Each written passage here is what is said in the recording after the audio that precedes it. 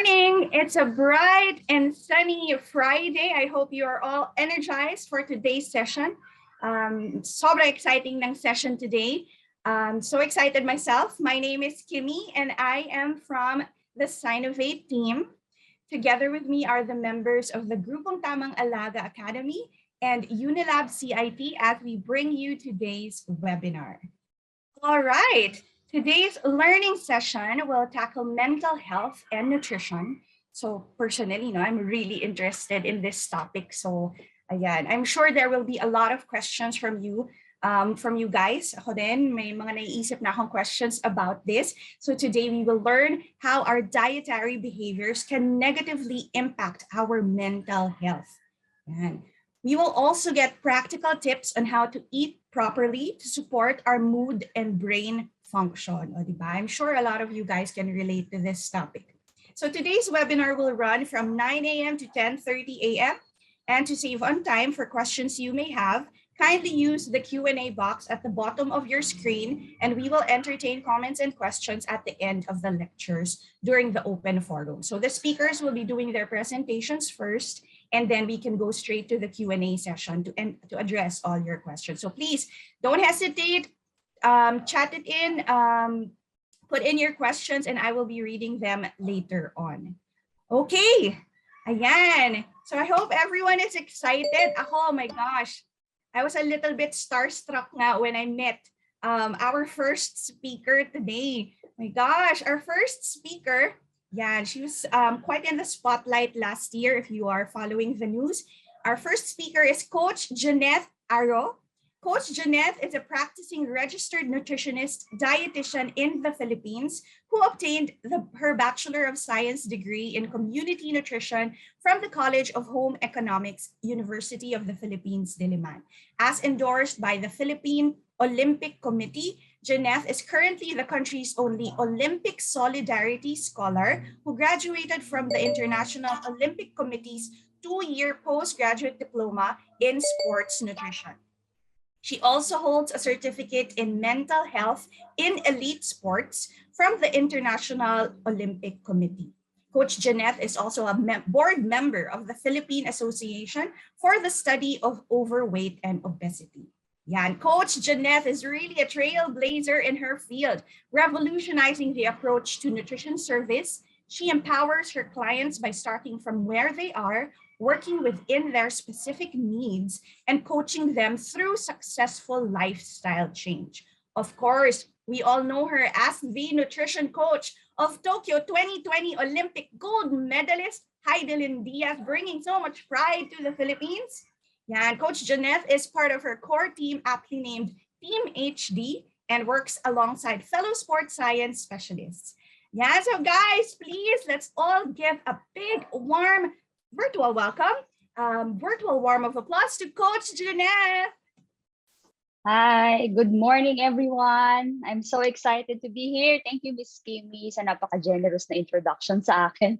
Thank you so much. Okay, so yan. So my session for today is about food for mood. So as mentioned by Miss Kimmy, I'll discuss to you this morning kung ano ba talaga yung impact ng mga kinakain natin pagdating sa ating mental health or mental fitness. Okay?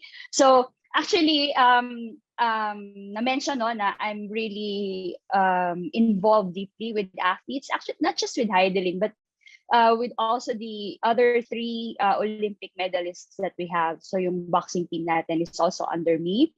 So every time na nag-weight cutting kami, one of the signs that I'm really very keen of is how they respond to the weight cutting regimen that they're doing.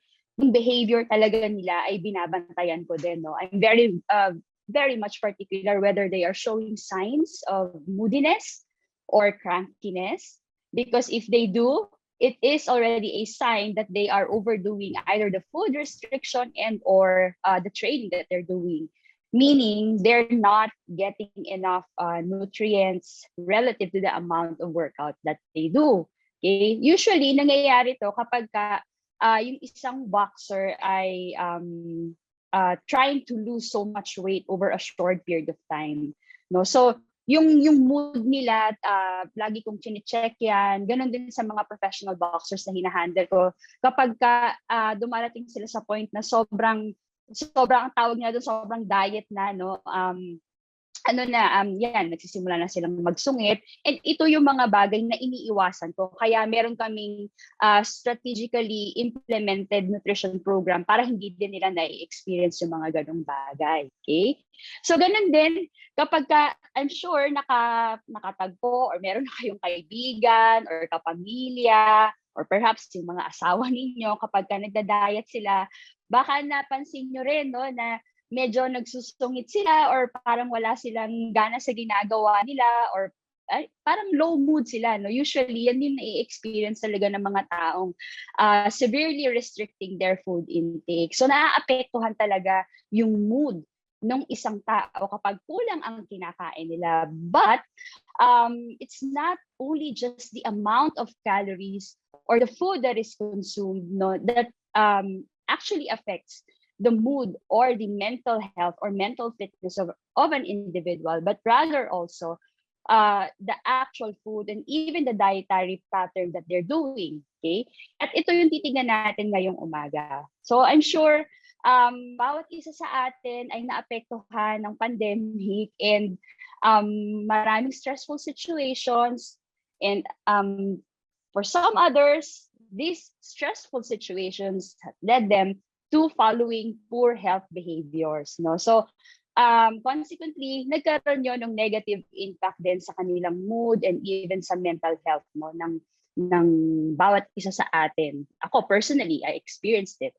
Even our Olympic gold medalist Hayden Diaz has experienced it. Okay, so walang na-exempt, kumbaga, no? In fact, according to WHO, the estimated number of people in the world that has depression is around 280 million, no, in the world. So madami talagang tao rin yung naapektuhan ng mental health illness or mental illness, I'm sorry. Okay. And locally, close to 1 in 10 young adults in the Philippines experience moderate to severe depressive symptoms. Okay. So depression has now become the 4th major disease in the world and is predicted to become the world's 2nd major contributor to the global burden of disease. So hindi na ito something na dapat na binabaliwala lang natin. Noon kasi pag sinabing malungkot ako or depressed ako, parang arte-arte ka lang dyan, di ba? Ganun dati yung reaction natin kapag nakakarinig tayo ng ganon. Pero ngayon hindi na.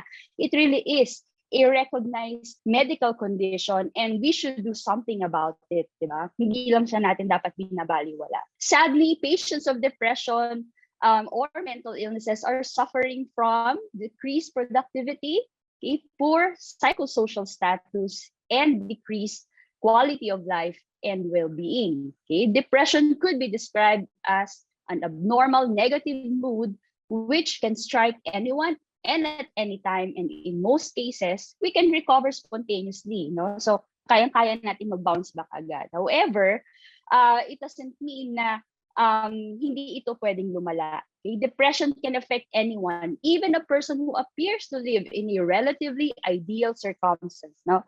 While females are more likely than males to experience depression. Okay? Depression has multiple origins. Okay, but social and psychological stress from daily life may also be the cause of depression. Okay, so there are different medical management or for this mental illness, can be pharmacotherapy, psychotherapy, or combined therapies. But one that has the lowest drawback, medyo may less yung ating consequence or less yung ating effect, no, na may experience, negative effect na pwede natin ma-experience is of course yung pinaka-practical, which is the consumption of a suitable diet. Okay? So yan yung pag-uusapan natin ngayon, the nutrition habits and your nutrition habits as it relates to your mental health. So the father of medicine, Hippocrates, once said, let your food be your medicine and your medicine be your food. Okay? So dietary nutrition as the primary source of energy for human body functions also has direct and indirect effects on brain health. Okay? The food that we eat is directly involved in the synthesis and metabolism of related chemical messengers and has an important influence on human psychology and emotions.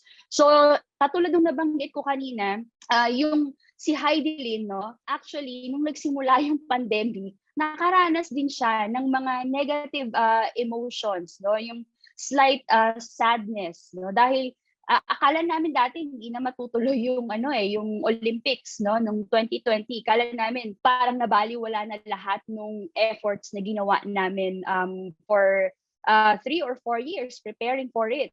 Pero ang ginawa ko, hinayaan ko lang muna siya, no? Tapos during the time na medyo okay na siya, doon ko na isiningit or talagang ifinul blast sa kanya yung nutrition strategies that will help improve her mental state. But this was also coupled with the management of our sports psychologists. So kumbaga nag-tandem talaga kami in helping Heidelin to overcome that bump, no? Na na-experience namin during as we were preparing for Tokyo Olympics. And I was coming from the premise that balanced nutrition not only plays a very important function in our physical health, but it has also an important role in our model of thinking and our behavior, as the intake of foods affects our cognition, memory capacity, and of course, our emotions. Okay. Besides the balanced diet, isolated nutrients are another element that I have considered when I addressed the mental health issues with regards to nutritional intake for Heidelin Diaz. Okay, but first let's take a look at the dietary patterns that have been known to impact mental health. Yan. So dietary patterns refers to the number, type, proportion, or combination of different foods and drinks in the diet and the frequency with which they are habitually consumed. It is the what, when, how, and how much you eat on a regular basis. Okay? Hindi ito yung minsan na kunyari once or twice a month or once a week na may kinikrave ka, kumain ka ng cake. Hindi yun. It is how you eat on a daily basis. Ano ba yung kinakain mo regularly, breakfast, lunch, dinner, or snacks, no? So yun yung sinasabi natin na dietary pattern na talagang mas merong impact sa physical health and also sa ating mental health. Okay? The Mediterranean diet or yung MD, nandito sa slide ko, and the Western diet or yung WD are the two dietary patterns that so far has received great attention as they relate to depression or mental health. Okay? The Mediterranean diet is a pattern of eating that is mainly comprised of whole, minimally processed foods. It is a balanced eating regimen that has been uniquely associated with lower risk of depression or depressive symptoms and could reduce the incidence of depression for 3 years.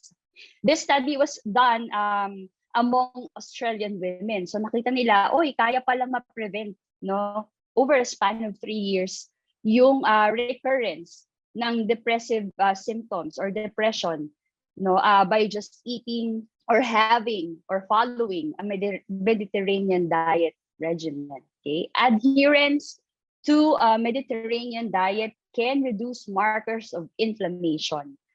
Kailangan lang din nating tandaan na there is a three-way relationship between diet, inflammation, and depression. So kapag na-reduce natin yung inflammatory markers natin, okay, sa katawan, of course, it can actually help also in improving our mood.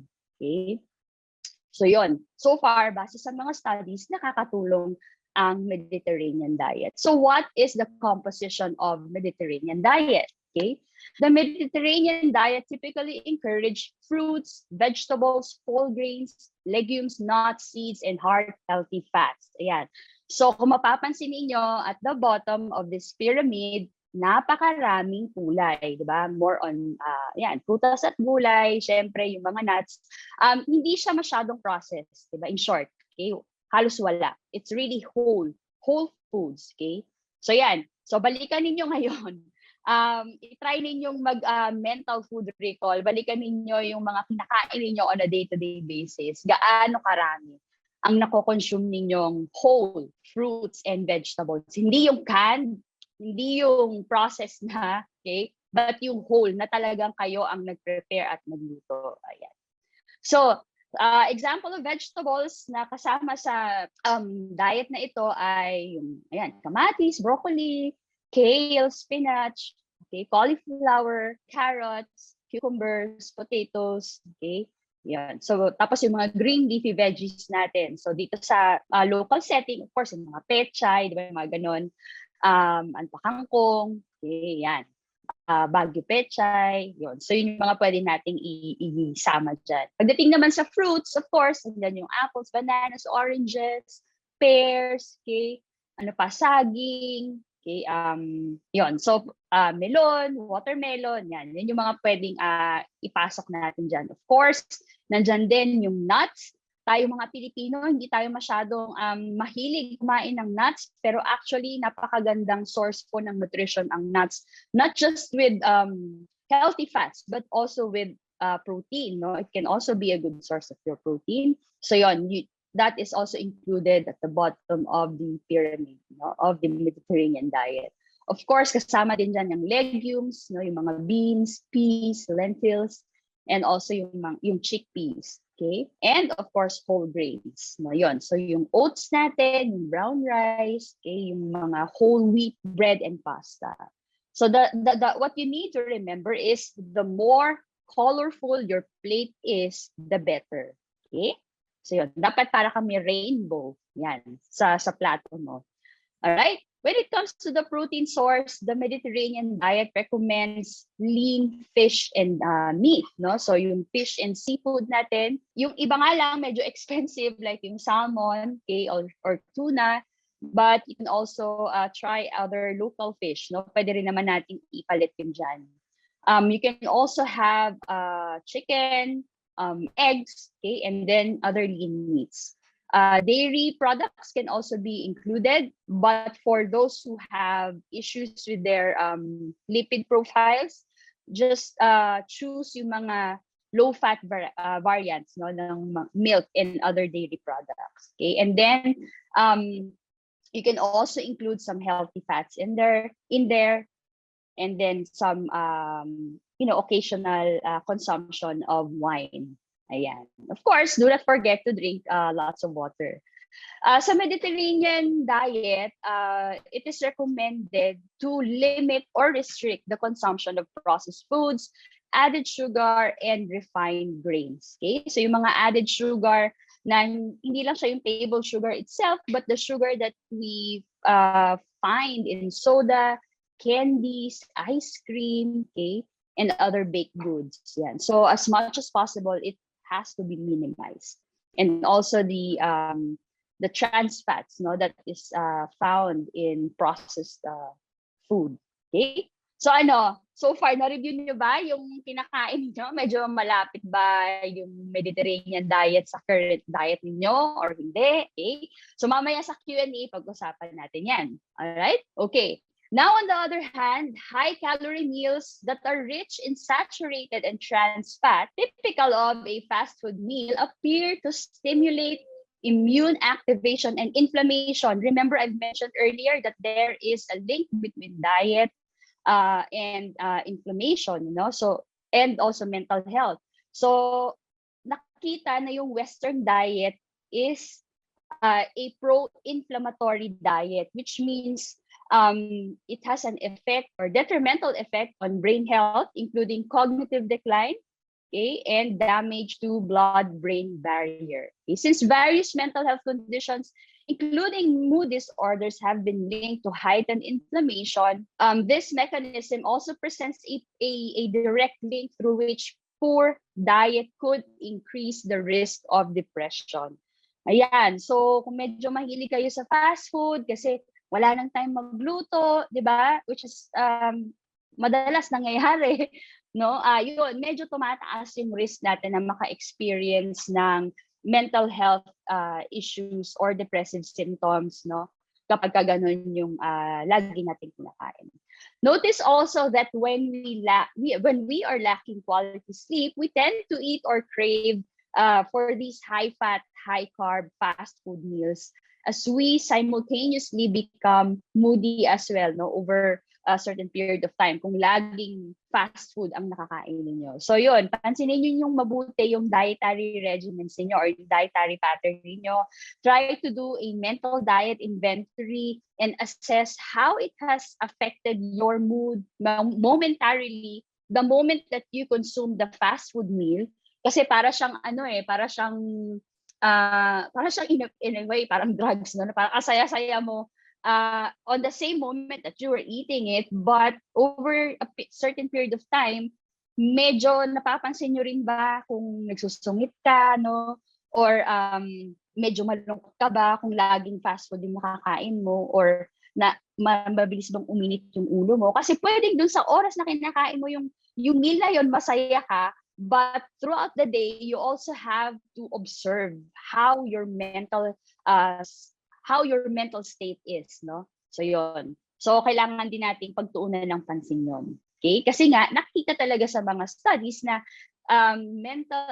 Western diet negatively impacts mental health or mental fitness. Okay? So let us now look at some specific food items that we can include in our diet in order to improve our mood. Okay? Decades ago, many have reported that infrequent fish consumption may lead to depressive symptoms.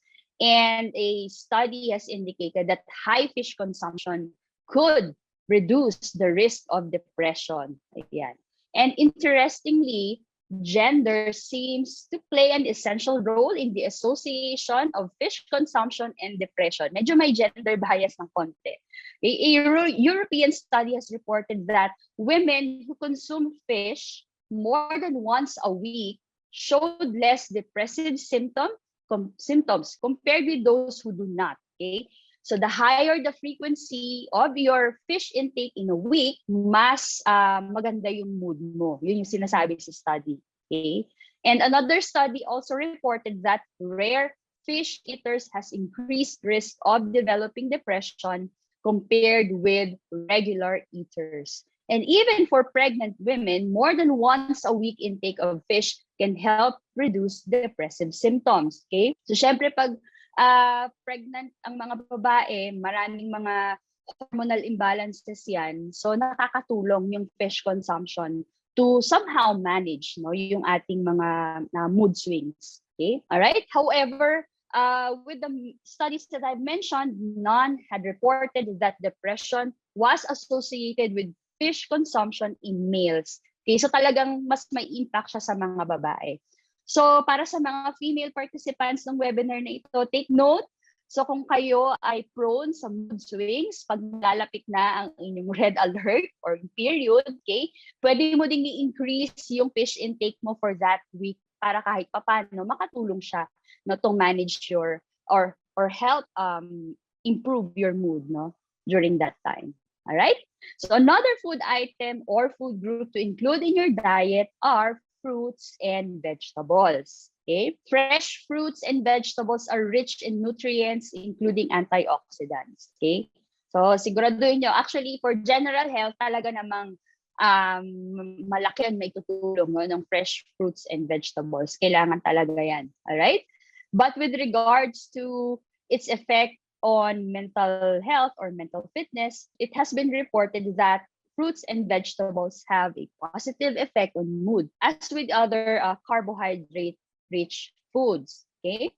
A study among Canadian adults has found that daily or high intake of fruits and vegetables is associated with lower incidence of depression and psychological distress. On the other hand, consumption of ready-to-eat foods, o ayan, fast food naman, okay, is correlated with incidence of depressive symptoms. So kinumpara lang yung effect ng pagkain, yung madalas na pagkain ng prutas at gulay at saka ng mga ready-to-eat foods or yung fast food, okay? So talagang mas may positive impact or benefits yung pag-consume ng fruits and veggies compared, of course, with fast foods with regards to the incidence of depressive symptoms. So that's why it has been suggested that unrefined carbohydrates could relieve depression.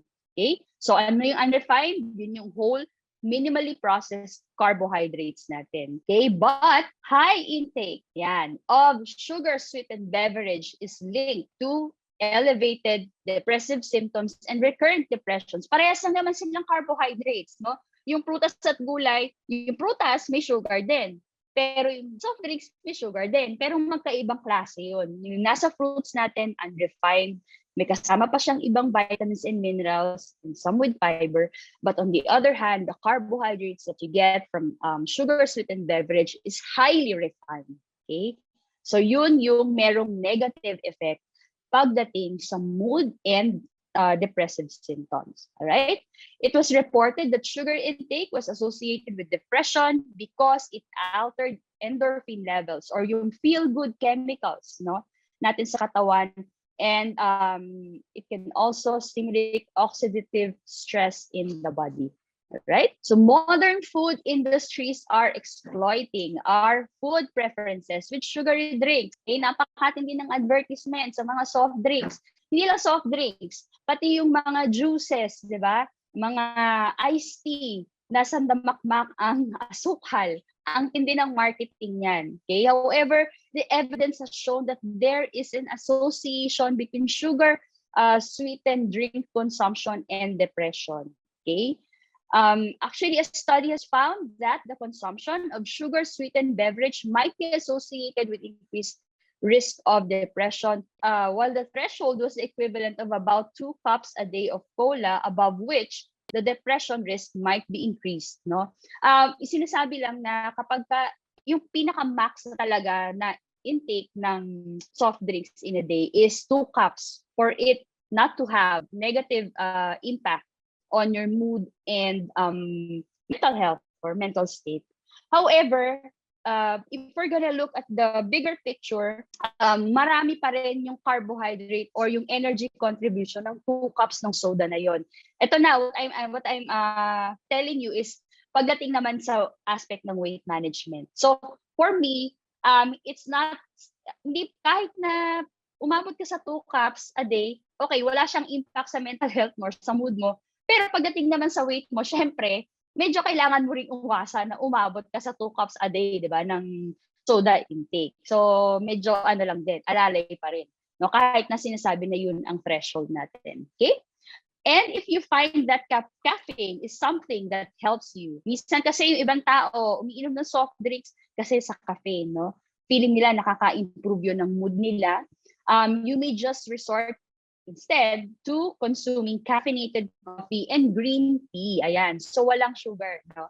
As they have been found also to help lower depressive symptoms and behavior. Okay? So yung mga mahilig magkape, ayan. So hinay-hinay din sa paglagay ng asukal.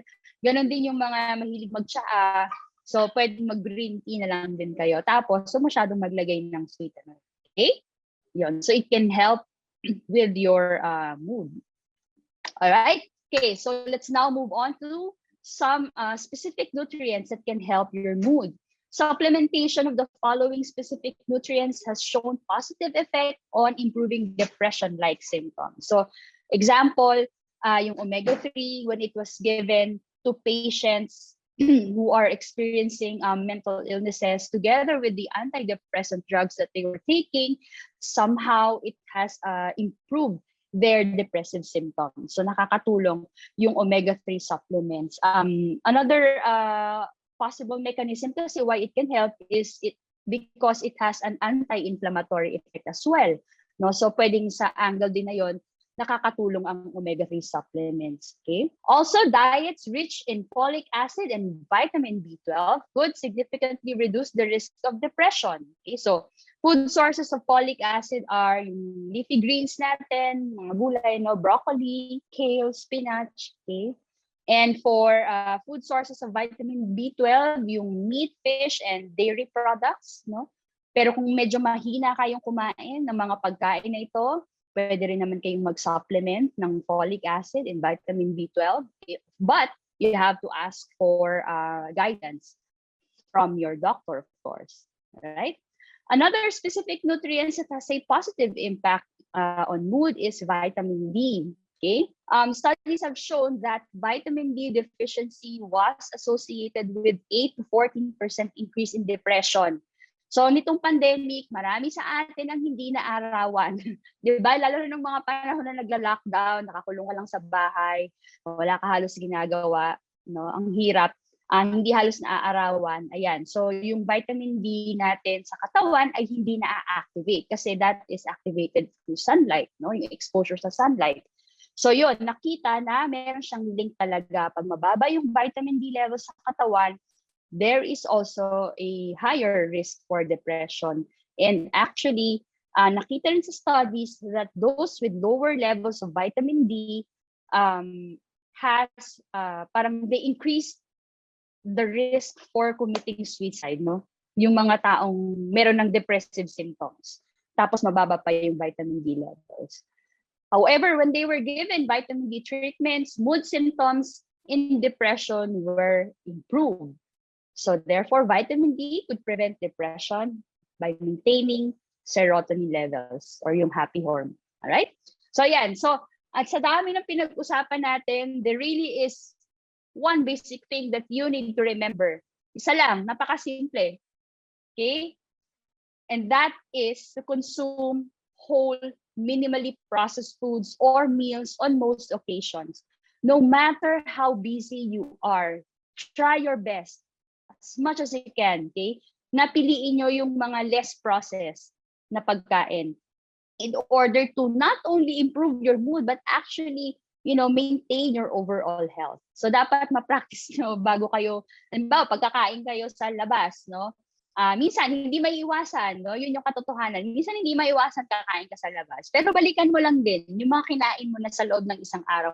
Ano na nga ba yung mga nakain ko kanina, breakfast, lunch, merienda? Nakain ba akong gulay o wala? So, pagka ganun, yung susunod na meal na pipiliin mo, make sure na meron kang gulay, meron kang additional fresh fruit, di ba? Tapos yung pipiliin mong main meal ay whole. Kunyari, grilled fish, no? Yung mga ganun. Tapos, pair it with some rice, okay, or brown rice, or pwedeng kung medyo nasa social restaurant ka, pwedeng some mashed potato, no, pwede rin naman, okay. So yun, always try to do a quick food recall, no, sa isip ninyo bago kayo pumili ng pagkain na kakainin ninyo every single meal, okay.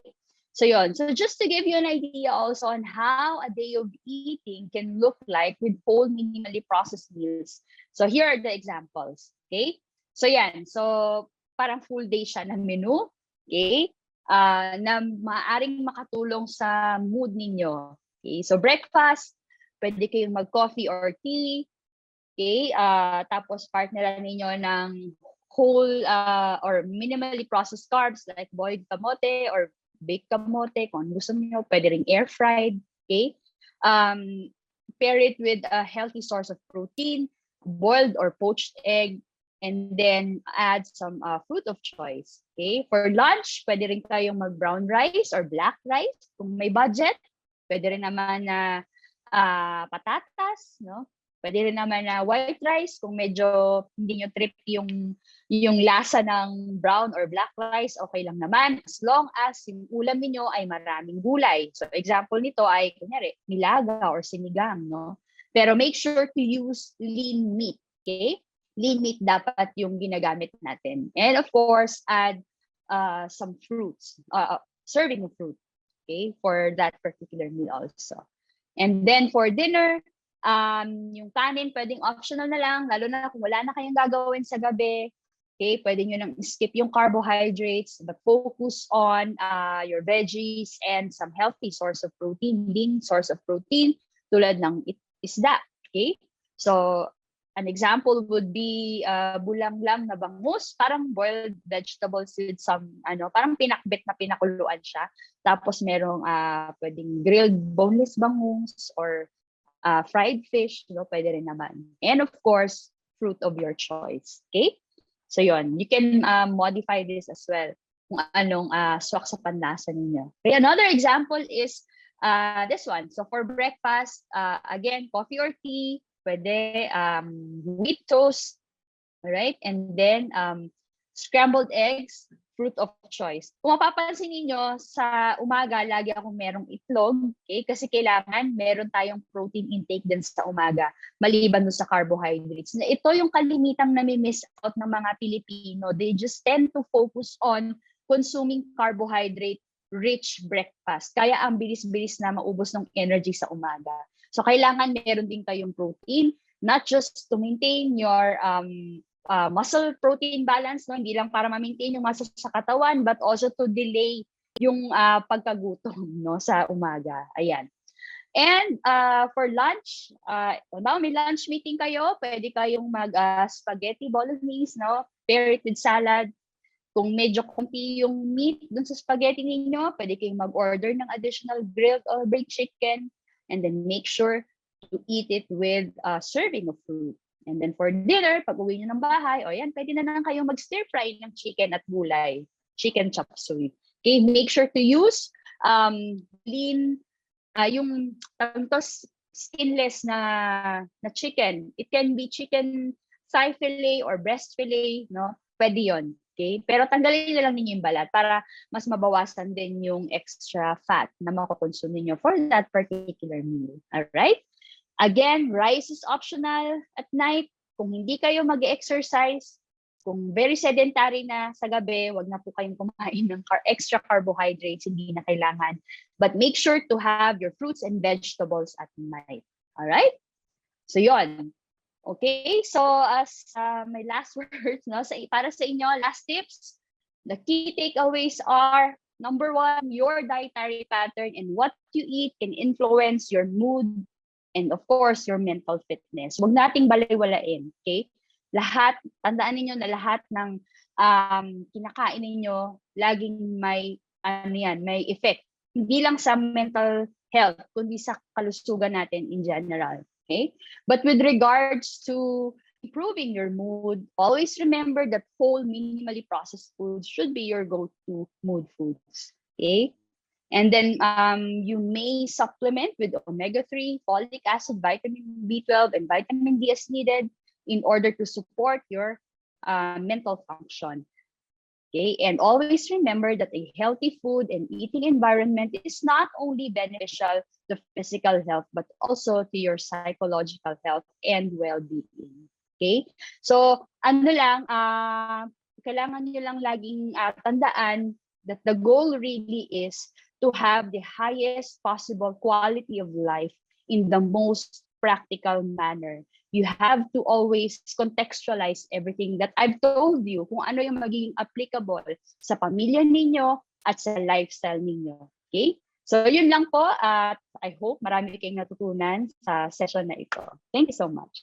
Thank you so much.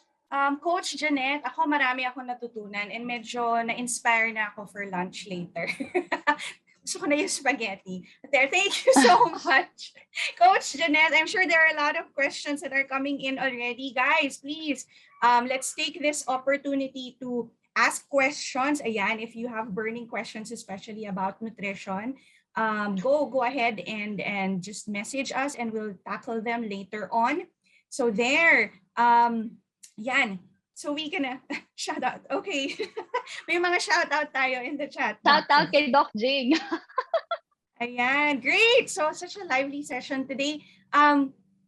Meron pa tayong next speaker, guys. So our next speaker is actually someone familiar to most of us. No, she's been in some of our webinars already before. And Besh Bells ko to. Ayan, may mga events na kaming nagawa together.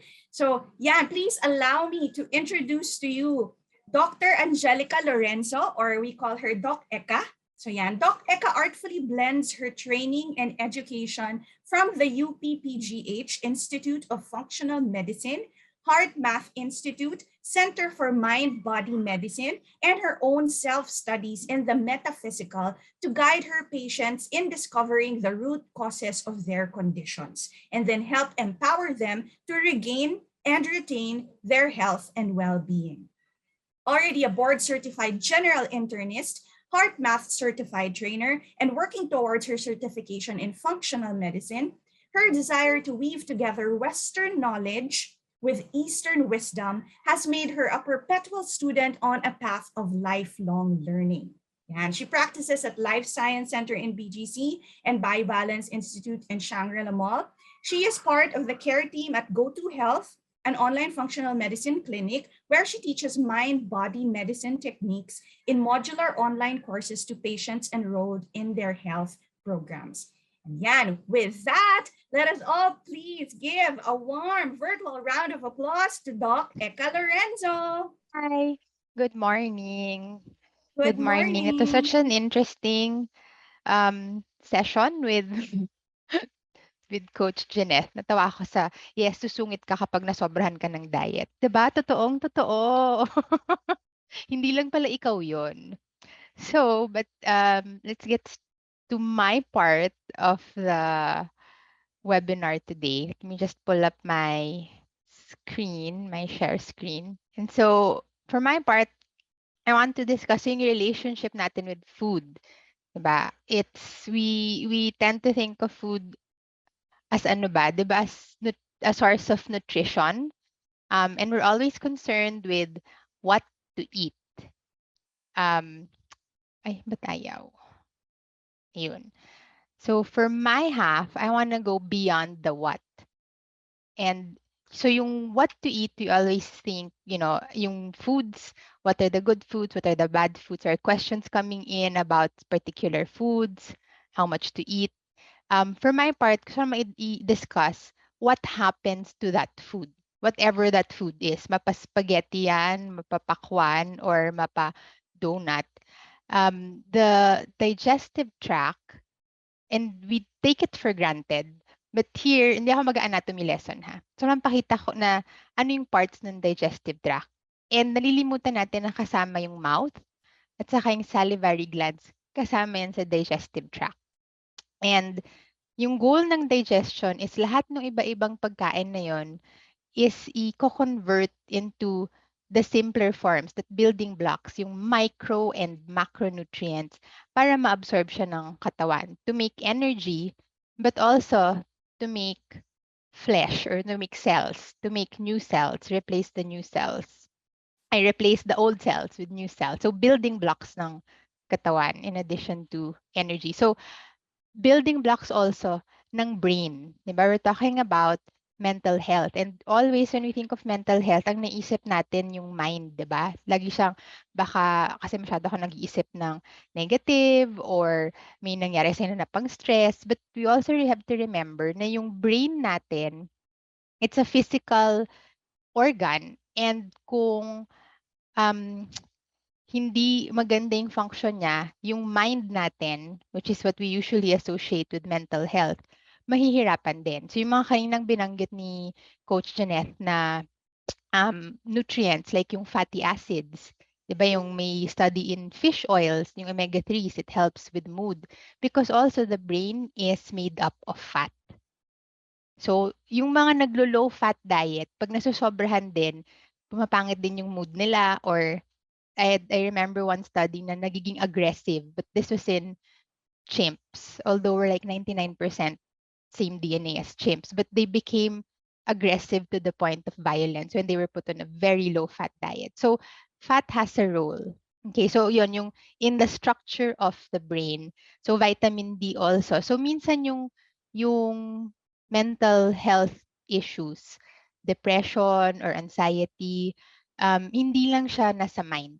Minsan kailangan talaga so may ibang mga tao hindi nila naintindihan, bakit ako parang depressed, wala naman akong kailangan ika-depressed. Tapos yung ibang mga tao hindi maintindihan, ayos naman yung buhay mo, bakit ka nagkakaroon ng mental health issues? And it might be from a nutritional deficiency.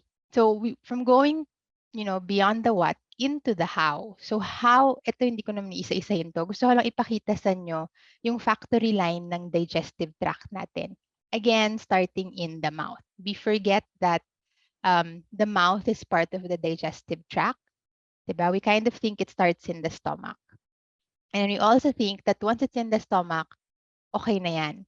And yung gusto ko lang ipakita sa visual aid na to is ang daming nangyayari sa bawat part ng digestive tract. Okay, so lahat nung if you start following Coach Jeanette's advice and you start eating more nutrient-dense foods, that's just the first half of the equation. Kasi yung second half is you need to make sure na yung food na yon is mabe-breakdown properly. So for example, yung scrambled eggs na kakainin mo for breakfast, gawa siya sa yung protein, diba? It's a protein. Sabi ni Coach, kailangan lagi kang may protein with breakfast. Yung protein na yon are made up of individual amino acids. Yung amino acids na yun yung i-absorb sa small intestines, hindi yung buong protein. So pag hindi mo na break down, hindi mo na digest yung protein na yun into the individual amino acids into small units called dipeptides or peptides, hindi siya ma-absorb ng digestive tract.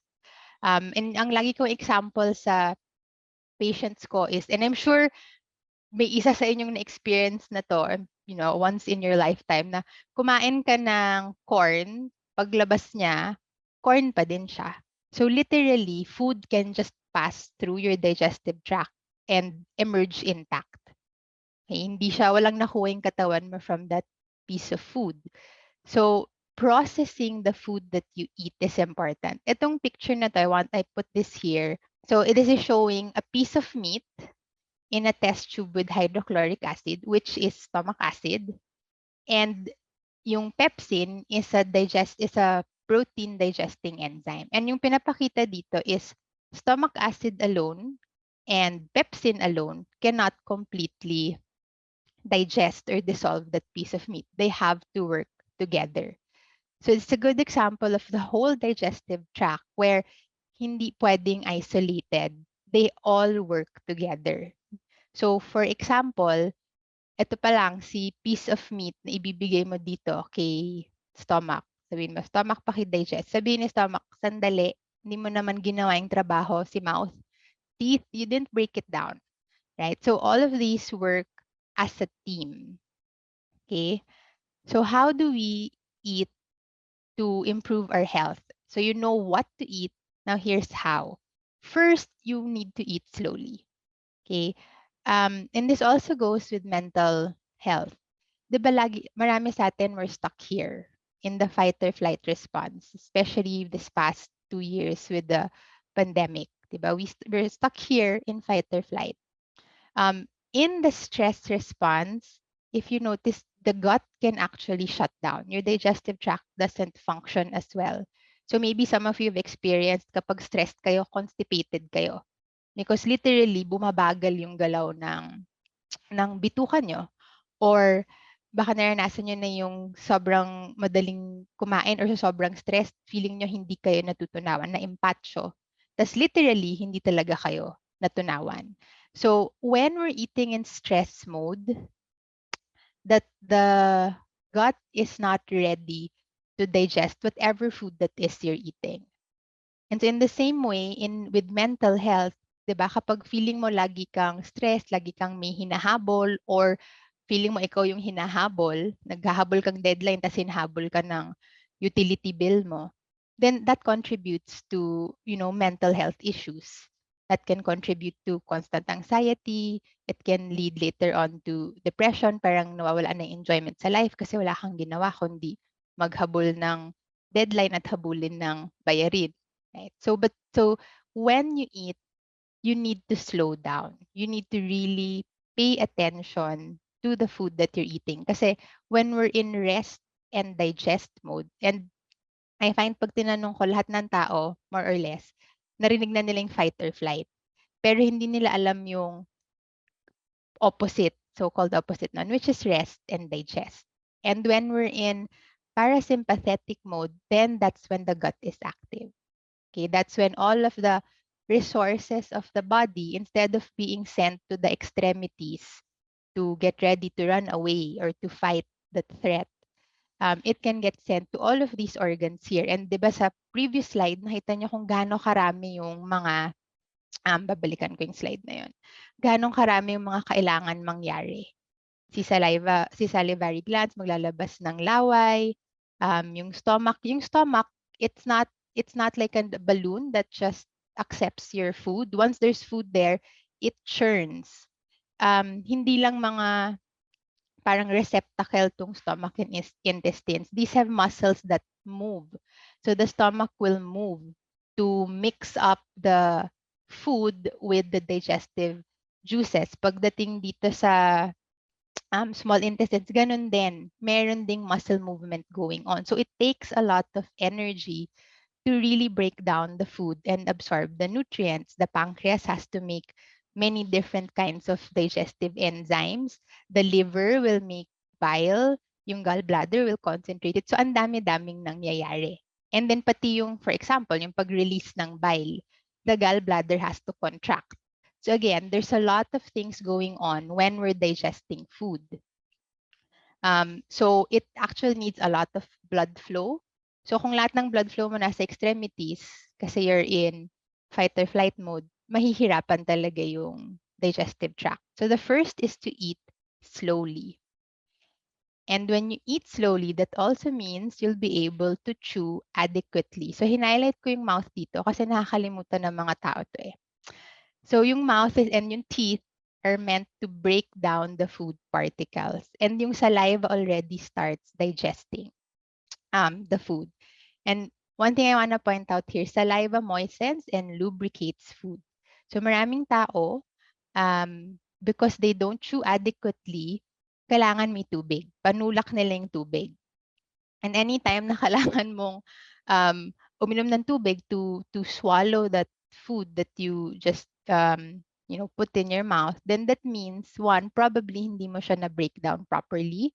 So maraming buo-buo and hindi mo pa siya nahalo with saliva. So hindi siya naging madulas. And it's funny, no, chewing, we take it for granted. We think once makapasok na sa tiyan yung food, okay ka na.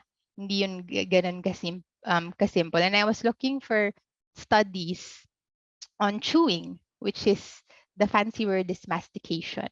So this is very recent, 2022.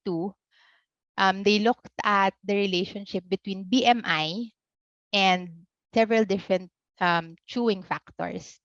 And I won't go through them, but what I wanted to highlight here, and it's literally highlighted in blue, is pag mas maraming times yung pagnguya, mas maraming nguya, it increases the concentration of several gastrointestinal hormones.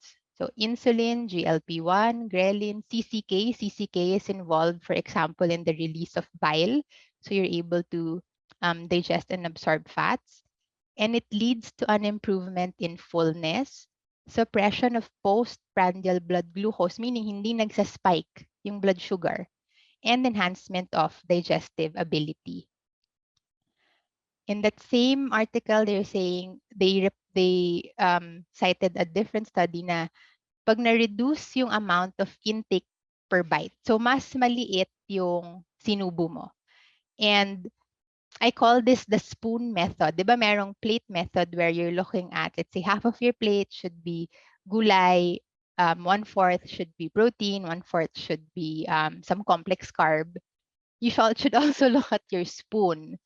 Kasi ibang mga tao, pag sumubo, kanin lang yung laman ng spoon. So you wanna be conscious also of anong tinitake mo per spoonful. And pag mas maliit yung subo, mas marami din yung subo. But at the same time, mas marami yung total number ng chew. And in that study, blood glucose levels rose slower. Okay.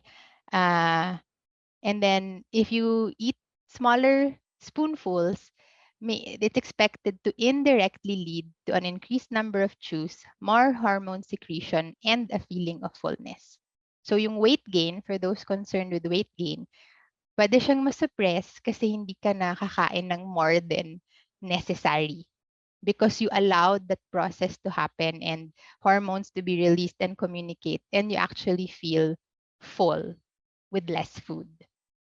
Okay, so now when I was saying chewing, if you chew very well, you can swallow your food. Swabe lang yon. So the next will be, and then you won't need to drink so much water with your meals. Right? A lot of people, a lot of my patients will drink water, they say, kasi kailangan nila ng panulak. And I keep saying, if madulas na yan with laway, hindi mo na kailangan ng panulak. Kaya na yan ng esophagus mong ibaba, unless may problem ka talaga with the esophagus. Okay, so I was trying to find studies to show na if you drink a lot of water, you can end up diluting your stomach acid. I was unable to find any.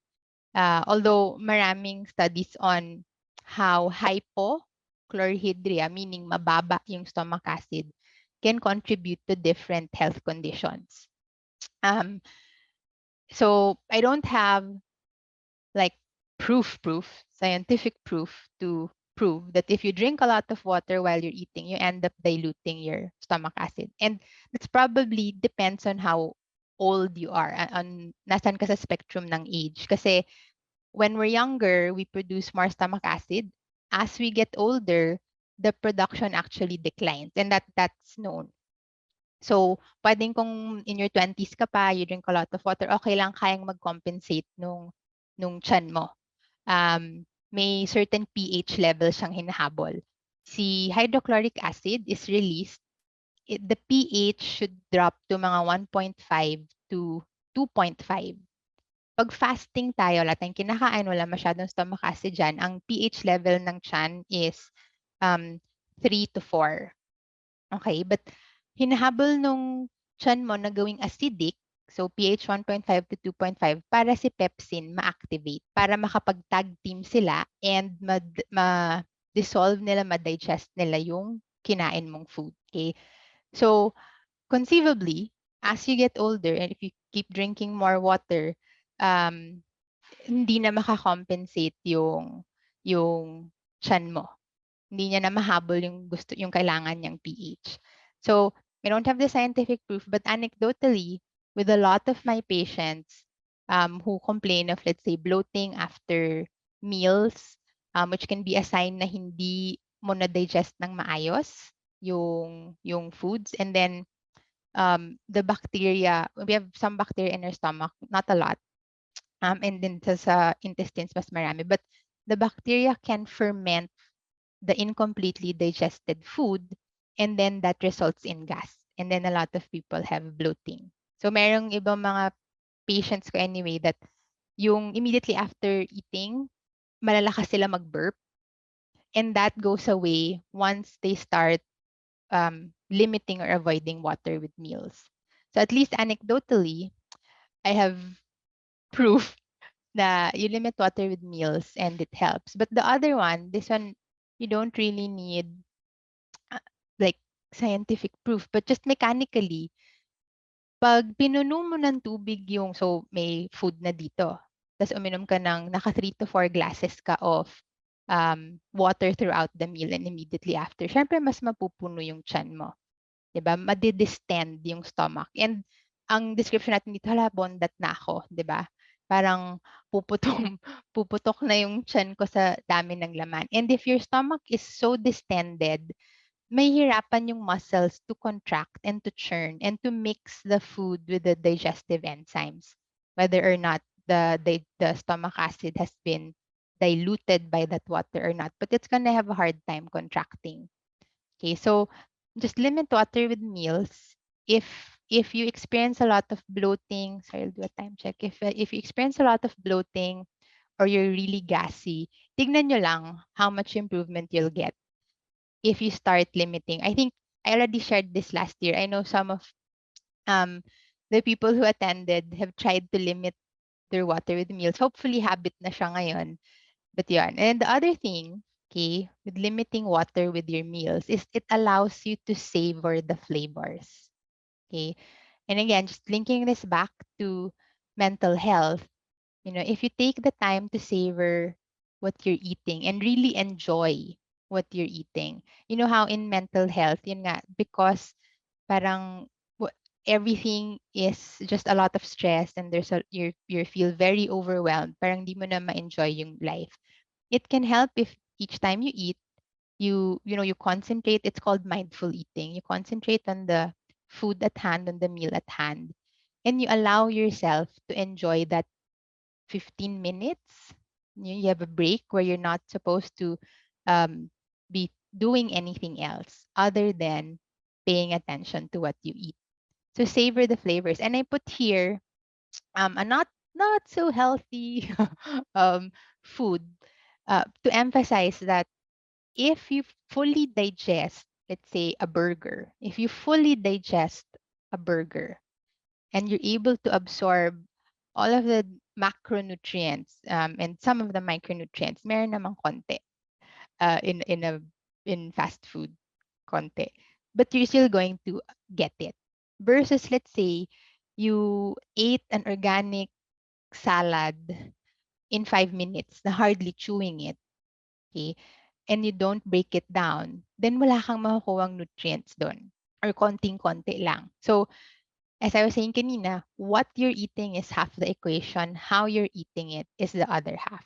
So savor the flavors and allow yourself to enjoy. If it's only like you have a 15-minute lunch break, make that 15 minutes just for your meal. And that's also going to, in a way, help with mental health because you feel at least for this 15 minutes, I have me time. I'm in control. I'm not, hindi ko kailangan madali. It's time to eat.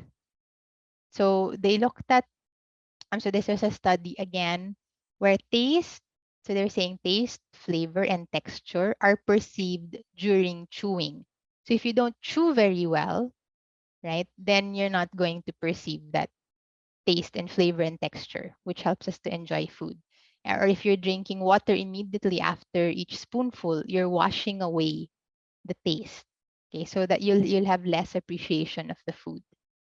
And then the senses, so here ito, mas important din to. The senses of taste and smell play an important role in selecting nutritive food instead of toxic substances. So there's this author, his name is Mark David. He has a book called The Slow Down Diet. And I was listening to him give a talk na meron siyang isang client na wanted help with his nutrition, pero sabi niya, ayokong, I don't want to change what I'm eating too much because I'm a, convenience eater. Bachelor, didn't really cook. So in the US, I think in Canada, in the US, they have a lot of mga microwave, yung mga frozen dinners na ipapop mo lang sa microwave or the drive-through. And kinikwento niya na sabi niya, okay, fine. If your breakfast is drive-through, through whatever fast food, fine. But ang usapan nila, to start, instead of eating it on the road, I want you to drive through, park in the parking lot, and then just take 10, 15 minutes to eat that food. Yun lang, I'm not gonna change what you're eating, but just slow down. When you eat your microwave dinners, don't do it in front of the TV. I want you to sit down at the dining table and then just eat the food. Okay? And tapos kinikwento niya, after about a month, bumalik sa kanya yung client. Tapos binago niya na yung diet ng kusa.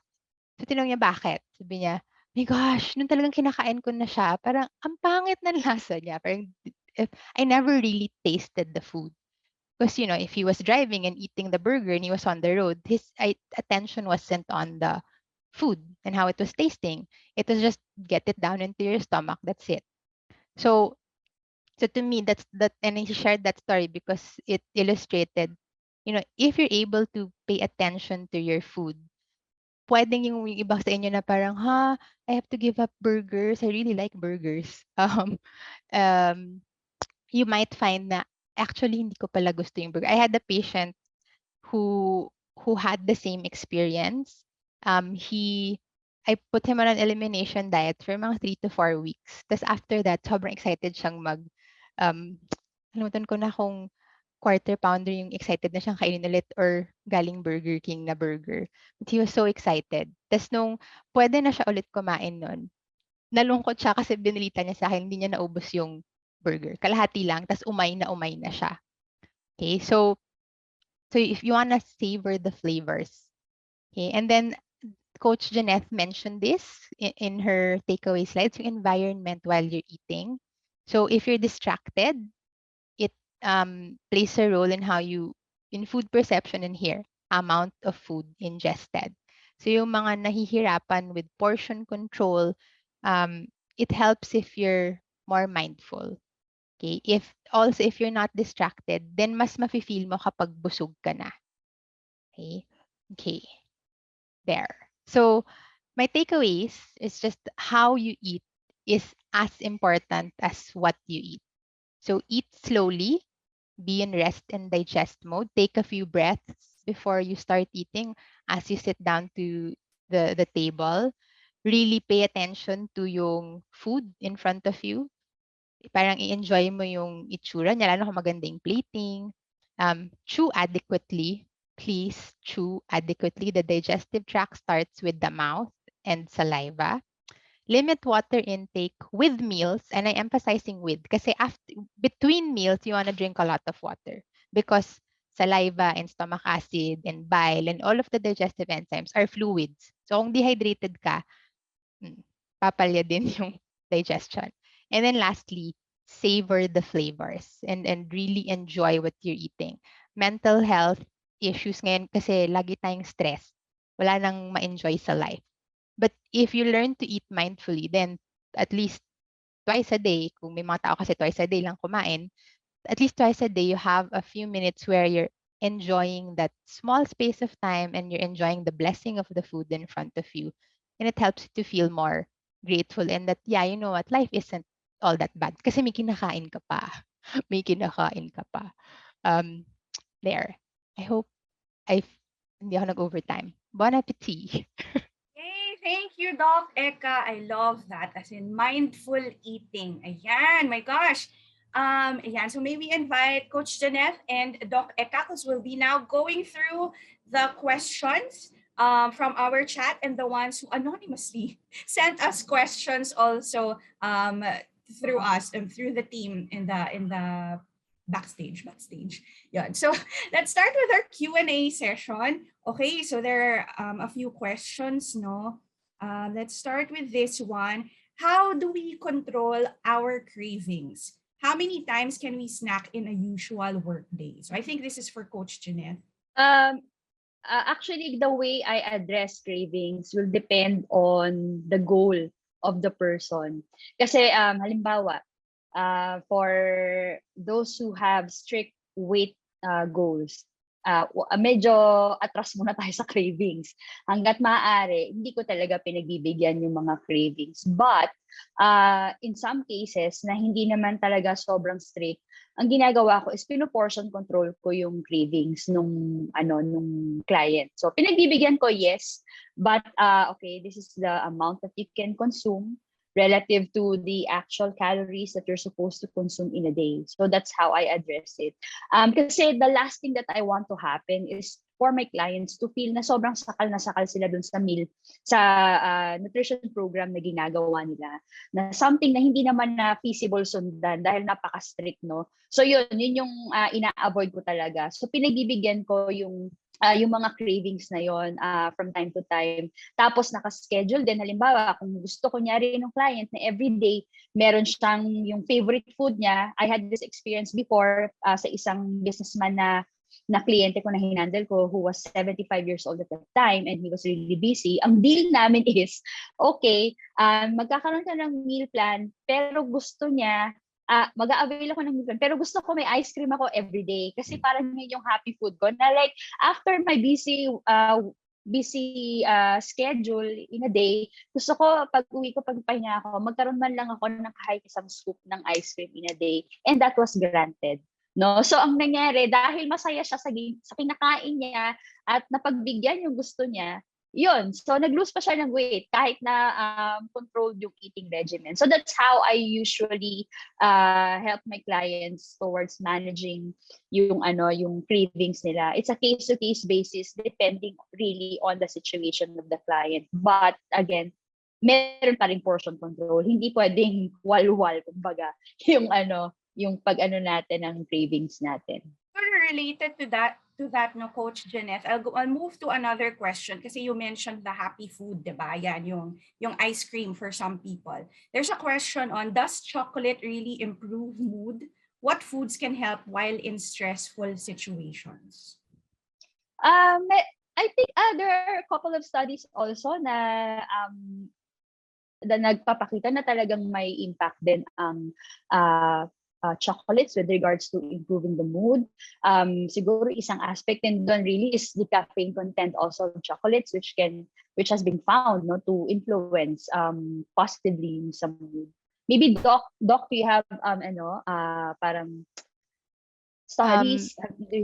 Yeah, so when we say chocolate, kasi that's such also a broad range. You can have like the dark chocolate with not a lot of stuff in it, to let's say something with a lot of caramel and but cacao or chocolate has tryptophan, which is the starting, it's the amino acid that gets turned into serotonin. Nabanggit kanina ni Coach yun, yung serotonin is the happy hormone. So yes, cacao can help mood because it provides tryptophan. But also if you're having the really sugary kind of chocolate, sugar will give you that initial, that sugar rush. They showed na, I forgot na that study, but that sugar activates the same portion in the brain that is activated by cocaine. So, meron din merong reward, but choose the chocolate. Yun lang, choose the chocolate. Tapos portion control. Yeah, kasi chocolate in general, kung masyado rin mataas yung sugar content, it's like also taking sugar sweetened beverage. So as I mentioned a while ago, di ba, too much sugar is not also good for pagdating sa mood natin. So I want to say something about the cravings lang, dagdag. If you find na you're craving carbs a lot, tingnan mo rin yung quality ng sleep mo. Kasi nabanggit din to ni Coach kanina, if you're sleep deprived, you really will crave more carbs. So parang hirap na hirap ka, nag-willpower ka na na umiwas sa carbs. Na yun pala yung problema, huwag ka na lang kasi mag-Korean novela binge sa gabi para maaga ka makatulog, para hindi ka puyat. So pagising, wala ka masyadong cravings. That's one. Sometimes we don't see these connections. The other is, if you have a very emotional relationship with food, you might wanna look at, kailan ba ako nagki-crave ng carbs? Ay, tuwing napagalitan ako ng boss, or tuwing nag-away kami ng boyfriend, or tuwing may some other stressor. And again, it might mean that you need to find a way to transform that stress. Kasi otherwise, perpetually ka lang nakikipag-away sa sarili mo, I shouldn't eat this, but I want it. Tas yung pala, yung emotion is driving it. And if you find a way to deal with the emotion, then the craving goes away. Nawala yung emotional connection mo. That makes sense. So self-awareness pa din ang isang that's also one strategy. Also, actually, there was I just want to share also with Heidi din before, during that time talaga na nagsa-struggle kami dun sa certainty ng Olympics, ganun yung nangyari sa kanya. And she would text me frequently na, ma'am, I'd like to eat this and that, ganyan. So yun yung mga yun yung mga areas na wino-work out namin before, as we were also closely working with our sports psychologists towards handling yung mga ganitong situation. Kasi si Heidi din is involved with a weight class sport. So hindi talaga siya pwedeng pagbigyan lagi na, sige, go, kainin mo yung cravings mo. Hindi pwede kasi meron kaming mini-maintain na body composition. That's why I mentioned a while ago, it depends on how strict the goal is of the particular person. Last meron pala akong ihabol. Kasi alam ko yung craving, maraming struggling with craving. There are apps on Android, and I'm sure meron yan sa Apple, hindi kasi ako Apple, but there are apps that help you quit smoking. You can actually use them to manage your cravings. Kasi with smoking, it's managing the craving for a cigarette. And there are many apps out there na parang cognitive behavioral therapy. What do you do when the craving hits? Pwede mo rin gamitin yun. Kahit na for cigarette smoking, quitting, it will work for cravings in general. Yun lang, para meron kang kakampi sa phone mo. Ayan, di ba? Ang dami na agad na Pero in relation to that question, so there's an anonymous question kasi we touched on the portion control with both of your answers, Coach and Doc Eka. How to control or decrease, or what is the minimal carbs intake? And then another question is there any specific amount po ba na dapat intake ng foods like veggies and fruit? So maybe you can answer both of these questions holistically. The minimal intake of carbohydrates is around 120 grams per day. Pagdating naman sa fruits and vegetables, the minimum intake of fruits is at least 2 servings per day. So pwedeng include mo yun sa lunch and dinner. And then for vegetables naman, I generally recommend at least 1 cup per meal for lunch and dinner. So para lang din ma-make sure natin na ma-meet yung 25 grams of fiber intake, yung recommended na 25 grams of fiber intake in a day. So yun yung mga parang safe na minimal intake for fruits and vegetables. So hindi lang siya may impact pagdating sa mood, but pagdating din sa overall health, yun kasi lagi yung dapat natin bigger perspective. Doc, you want to add?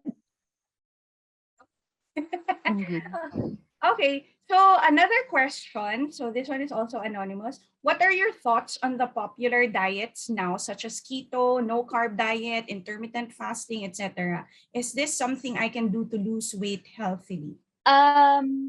Okay, ganito. Pagdating sa usapan ng weight loss, it doesn't really matter kung anong klaseng diet yung ginagawang, whether naka-meal plan ka, calorie-reduced meal plan, or naka-ketogenic diet ka, or naka-intermittent fasting ka, or naka 1 meal a day ka, as long as you are on a negative calorie balance, maglulose ka ng weight. So yung negative calorie balance na yun, pwedeng sa diet or pwedeng diet plus exercise. Okay? However, kung mood yung pag-uusapan natin, as it relates to your approach to losing weight, 'di ba? Nabanggit ko kanina na may mga tao na kapag nagbabawas ng timbang at sobrang baba ng calorie intake nila or diet na diet mood sila, napapansin natin na medyo masungit sila, 'di ba? Tapos ito pa yung minsan na ng mga naka-ketogenic diet kasi nakita din sa mga studies na ang carbohydrates in general, and then more specifically, the whole minimally processed carbohydrates can actually help improve your mood. So kung halimbawa lang na kino-consider mo na mag-ketogenic diet, which is very low in carbohydrates naman, hindi balanced, yung magiging food intake mo. Kahit na naka-negative calorie balance ka, it will definitely affect your mood over short term, dun sa adaptation phase ng metabolism mo while doing the initial phase of the ketogenic diet, talagang maapektuhan yung mood mo niyan. So ako, ang magiging recommendation ko dyan is mas maganda kung balance pa din yung food intake mo, pero masisigurado mo na mas mababa yung calorie intake mo compared to what your body needs so that you will lose weight. Or pwede mo rin i-combine na adequate calories plus exercise, na alam naman natin na yung exercise ay nakakatulong din to improve your mood. Para doble tuhog ka, hindi lang diet, kundi pati exercise. So parang tandem kumbaga. Pagdating sa weight loss and safe weight loss and healthy weight loss, and of course, mental fitness. I think you touched on this now, but maybe more specifically. So this is a question from Rani Rodriguez. If eating less processed food is already being practiced, what are some tips to manage mood when going on a caloric surplus or deficit to gain muscle or reduce fat? Yan yung mga ginagawa actually ng mga bodybuilders, Isa talaga sa mga pinakamahirap na phase ng mga bodybuilders is naka-negative calorie balance na sila, tapos sobrang taas pa ng activity level nila kasi nagpapababa na sila ng body fat. So in those instances, minsan nagtitake sila ng caffeine or coffee, tea, yung katulad ng nabanggit ko kanila. Tapos yung iba naman, although anecdotal evidence ito ng mga bodybuilders, nagtitake sila ng soft drinks na diet or zero, Pero may mga contradicting evidences din kasi na over the long term may mga hindi rin magandang implications yung masyadong mataas na consumption ng mga diet soft drinks or yung mga artificial sweeteners pagdating sa mood kung sobrang taas ng consumption. So sa mga ganung pagkakataon, minsan ka lang, sip ka ng parang pang fake lang ba na may matamis kang nakain or something like that. Pero that's how bodybuilders would normally address or manage the situation na talagang yan. Sobrang wala sila talagang process na kinakain. Ayun yung pinaka-extreme na naiisip ko kasi sa ganyang sitwasyon. Wala na, lahat puro healthy, na yung kinakain nila. Tapos, yun yung mga experience. So, try to include caffeinated beverage, no? Hindi pwedeng yung decaf na coffee. It's actually the caffeine component of the drink, like in green tea and coffee, that has been found to have impact or positive impact on mood. Okay. This one is a question from Monette. Whole food versus processed food. For readily available plant-based or meat alternative products like tapa, tocino, sausages, chicken meat, nuggets, etc., are they considered processed food? Actually, masasabi natin na process, marami nang ganyan, vegan nga sila, pero yung mga in-order naman nila ay yung mga processed na rin, no, na marami ng seasonings na nilagay, di ba? Kasi my opinion is kung talagang gusto mong mag-plant-based, then make sure na yung pipiliin mong plant-based protein sources ay less yung mga seasonings na nakalagay. Kasi marami ngayon na nagde-deliver talaga ng mga plant-based na gano'n yung nabanggit ni Miss Kami. Marami yan. But make sure na ang ilalagay mo sa diet mo ay beans, ikaw mag-prepare tofu, tokwa, di ba? Soy milk. So ito yung mga healthier options ng plant-based source of protein. Kasi marami dyan na naka-plant-based diet pero hindi nag-lose ng weight. So mahirap pa rin, di ba? Hindi nako-contextualize, no? Siguro dahil these providers would also want to give or offer alternatives dun sa mga customers nila. Yeah, there's a lot of junk food vegans na. Okay, so from plants, ito naman, another question. Do local fish such as tilapia and bangus have nutrients like what salmon and tuna offer? Yes, definitely. Yung bangus, tilapia. Pero halimbawa sa bangus, make sure na yung kakainin mo is yung belly. Kasi nandun talaga sa fatty portion ng fish yung mataas na content ng omega-3.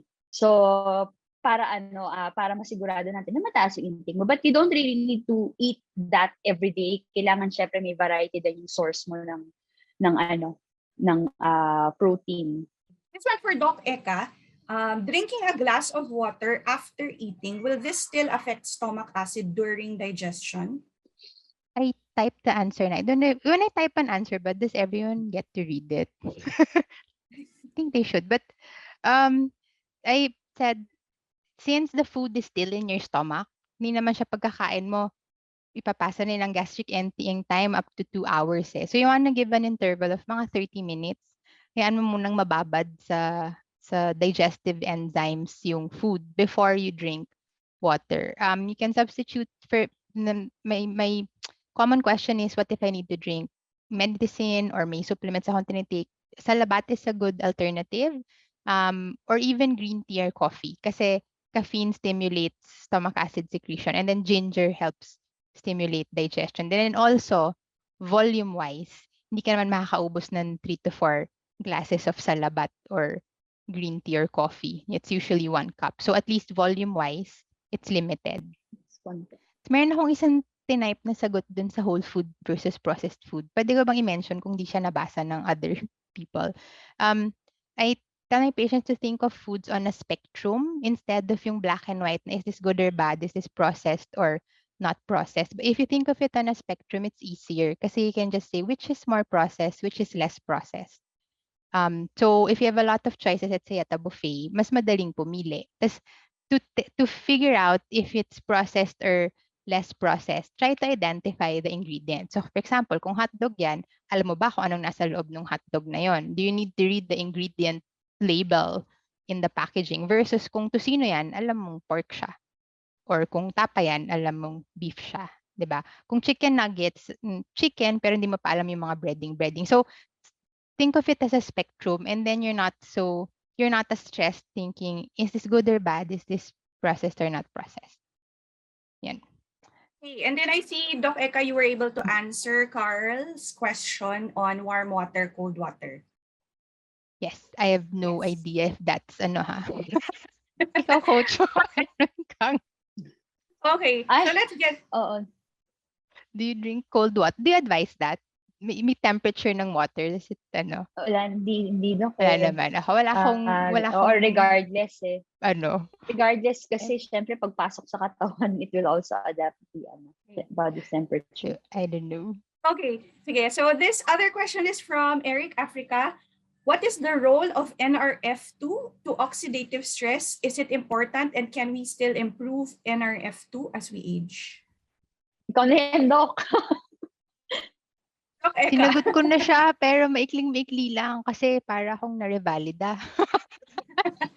um, sinagot ko na siya sa type. It helps to regulate. Parang it's one of the modulators of the antioxidant enzymes, like for example, glutathione. But it's complex and it's beyond me. But it does play a role in combating the inflammation that oxidative stress parang causes. Can you upregulate it? Probably, but I don't know the answer how. Yeah, yun lang masasabi ko. Pass. Maybe for another session, no? We can Maybe, oo. we can dig NRF2. deeper. May actually kong narinig yan sa lecture namin sa IFM. So, na on the Okay. spot naman. These are some questions related to age, no? So the first one, I'll combine both questions na para you can answer the same. For preteens who are gaining weight fast, what diet do you recommend? And then another one is for the older people like late 50s to 60s, what should be the ideal picture of a proper diet? Sa mga preteens, actually ang isang area na kailangang bigyan ng pansin is yung consumption nila ng sugar-sweetened beverage. Yun yung napapansin ko ngayon na very common na. Parang default na nila. Imbes na iinom sila ng tubig, ang iinumin nila sugar-sweetened beverage. Not necessarily soft drinks or soda, but rather yung mga juices, minsan yung mga yogurt drinks na parang being marketed as healthy drink. Pero pag tinignan natin, sobrang taas ng sugar. Yun yung sa tingin ko na isang talagang nakakalala dun sa incidents ngayon, no, nung overweight, no, and obesity among preteens. But overall, pagdating sa dietary habits nila, we have to also teach them kung ano yung ginagawa natin ngayon. What we are supposed to do as adults, we should also teach them yung eating pattern na yun. Kasi kami, walang difference sa bahay namin kung ano yung pinapakain namin sa mga anak namin. It's the same thing that we are eating as well. So, ganun lang din, inject as much fruits and vegetables as you can to their diet, okay? Mas maganda kung hindi nyo kakailanganing itago. Kasi wag nyo i-fake. Kailangan matutunan talaga nila. They should learn to love. Alam ko mahirap. Yung mga anak ko, there was a point na gustong-gusto nila. Pero dumating din sa punto na parang pilit na pilit din silang kumain. Pero talagang kailangan natin ituro sa kanilang kumain ng fruits and vegetables.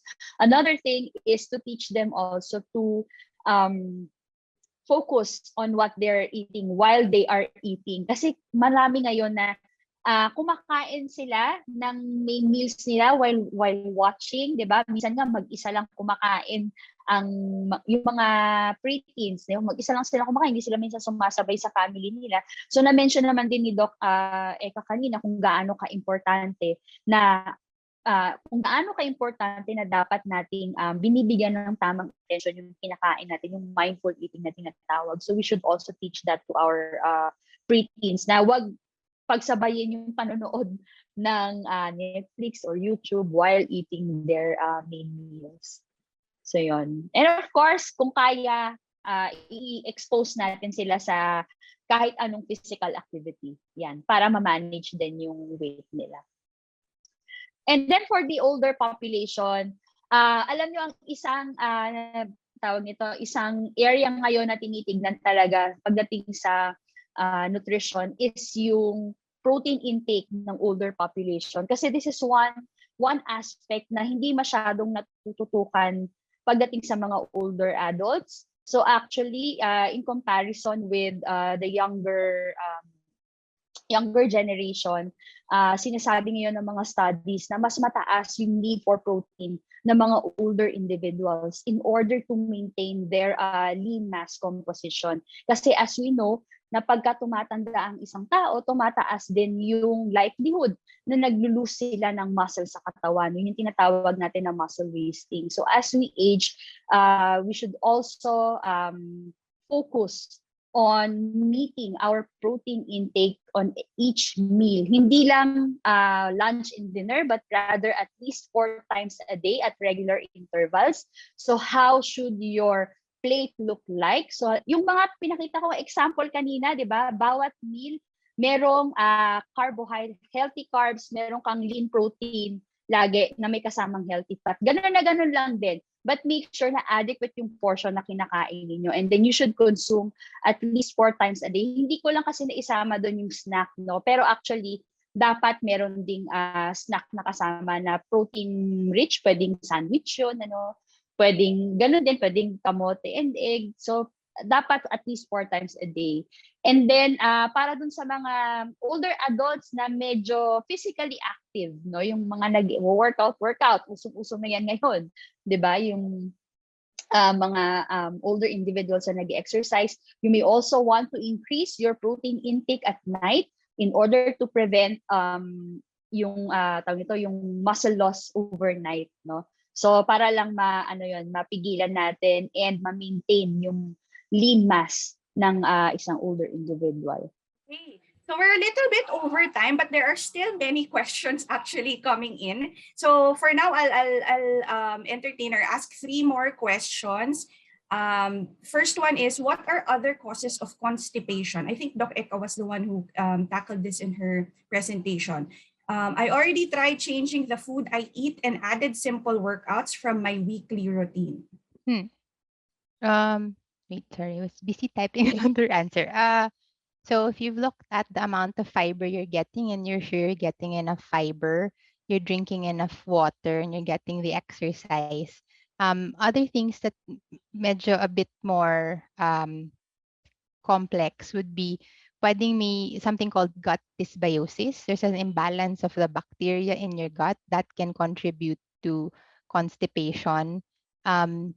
If there are any issues with serotonin level. So we tend to think yung serotonin, happy hormone, it's in the brain, but actually a lot of serotonin is in the gut. There are a lot of serotonin receptors in the gut, and imbalances in serotonin can also affect yung gut motility.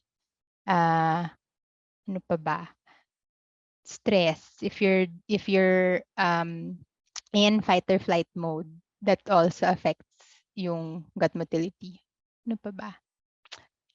Incomplete digestion. So again, you've changed your food, but how are you eating? I have several patients who constipation improves once they improve their eating habits, and a handful na when we started digestive enzymes. I had one in particular when we started betaine to support stomach acid and then digestive enzymes. She started pooping daily within a week. So she was super happy. So there are a lot of different factors. Look at those other things. Yung how you eat, yun. So the first thing you want to look at if you've already changed what you're eating. Yeah, in fairness, constipation really affects mental health, no? Yeah. Okay, this is another question. Anong secret nila sa magandang skin? Role of supplements. Parang it's a 2-pronged question. Who wants to answer? Doc, ikaw yan. Pagdating naman sa pagkain, it's always fruits, vegetables, and hydration. Yeah. Diba? It's always hydrate. Oo, Agree. hydrate. Yun lang naman. That's what I Tapos can baka think of. Kiming gusto mo sagutin yung sa mga external. Ako pala yung sasagot. Mga skincare, wala na akong alam dyan. From the outside. No, but actually exercise really helps kasi 'di ba it helps your pores breathe and all. Ako pala yung sumagot. Bakit ako yung sumasagot? Okay, and then one last question. This I think for Coach Jeanette. Any post-workout food you can recommend po to prevent lightheadedness? Actually, yung lightheadedness kasi, ang main cause usually niyan is, with regards to fueling, is yung hindi ka kumain ng pre-workout. Meaning masyado nang bumaba yung blood sugar level mo to the point na hindi na sufficient yung nakukuhang fuel ng brain kasi nag-aagawan na muscle at saka yung brain, no? Nag-aagawan na siya.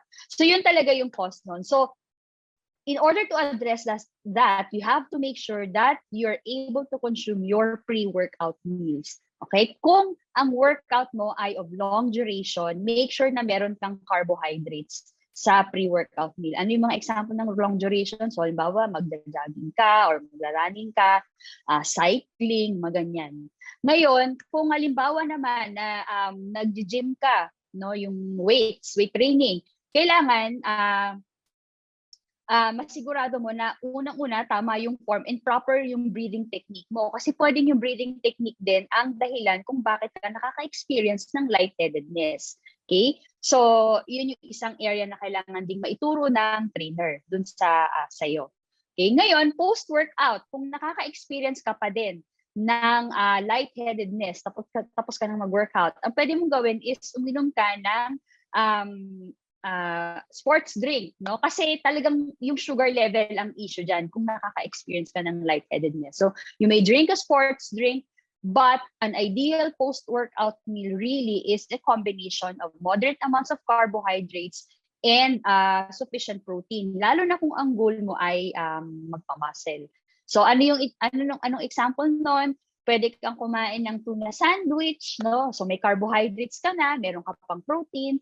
Pwede ka rin namang uminom ng protein shake na merong gatas at konting prutas, no? So andun yung tuhog ng carbohydrates and protein. So again, it will address the issue of blood sugar levels because of the presence of carbohydrates, and of course will support the needed protein for muscle repair and recovery. Yeah, perfect. Actually, there were two questions that I wasn't able to ask na, and you were able to answer it also. Yung does carbo loading help in endurance training? So that was one of the answers related. And then another question was more on the fitness goals. At dahil dyan, because we are a bit over time, yung mga questions na yun, guys, baka you wanna ask them straight to Coach Jeanette. So Coach Jeanette, maybe you can share also your contact details. If I think there are some who are really interested to consult with you. Si Doc Eka was able to answer one of the questions earlier about consulting with her. So she was able to type it na in the chat. So hopefully, Coach Jeanette, you're open for people to consult with you. I'm sure a lot of people from the GTA webinar today are, ayan, dami nga questions, di ba? Nag-overtime na tayo. So I'm sure they all want to get in touch with you with further questions. And ayan, so with that very, very active webinar today, we are unfortunately going to bring it to a close already. Thank you so much to Coach Jeanette and Doc Eka. And for now, may we invite Doc Nancy, please, to officially or say a few words to close our session. Yehey! Isang malaking palakpak muna, no, na ibigay natin kay Coach Jeanette, kay Doc Eka, and of course to Kimi. And maraming salamat sa ating mga kasama sa GTA and even sa Unilab Inc. no, for attending this session. I'm sure everybody agrees that this has been another science-based, explained to lay people, no, na madali talagang naintindihan ng lahat. No? I'm sure everybody will agree to that, na both our speakers provided science-based, programs or references on the relationship of good nutrition and mental health. So, yan naman po ang goal natin sa GTA Academy, no, na magbigay ng mga kaalaman na naaayon sa science, no, na madali nating maiintindihan at maa-apply sa ating pang-araw-araw na buhay na definitely will help us, no, in doing our job in Unilab or in GTA. So again, maraming salamat po. And next month, kung nabitin kayo sa session na to, si Coach Jeanette and Doc Eka will still be our speakers on our session on nutrition and exercise. So in behalf of the GTA Academy, no, yung HR natin, the CIT team, the Right Med Inc. Medical Group. Maraming salamat po ulit sa inyong pagtutok until next webinar. Mag-ingat po kayo palagi. God bless us all. I shout out muna kay Dr. Jing sandali for bringing Yeah. for bringing Coach Jeanette sa ating Oh, webinar. thank Thanks you. so much, Jing. Thank you, Ning. Yeah, Thank shout you. out kay Doc Jing. Yes. Ning Kiki, and thanks Jing. so much. Oo. Thank you. Yes. Thanks, Doc Nancy. Yep. Thanks to our Bye. speakers. Hope you Kimi, all mag-invite lang ako. enjoyed. Ay, Ay, sige. Yeah, Sure, invite mag-invite. lang kayong lahat Coach to Jeanette. please check out my social media page if you also have questions or you want to get in touch with me. I am on Facebook, YouTube, Instagram, TikTok at Coach Jeanette Aro. Yun lang po itatype ninyo or email me coachjanettearo@gmail.com. Ayan. Also check my Perfect. website www.coachjanettearo.com. Ayan. Perfect. All right, thank you so much. And thank you so much. Happy Friday, everyone. Thank Happy you. Friday. Bye-bye. Happy weekend. Bye.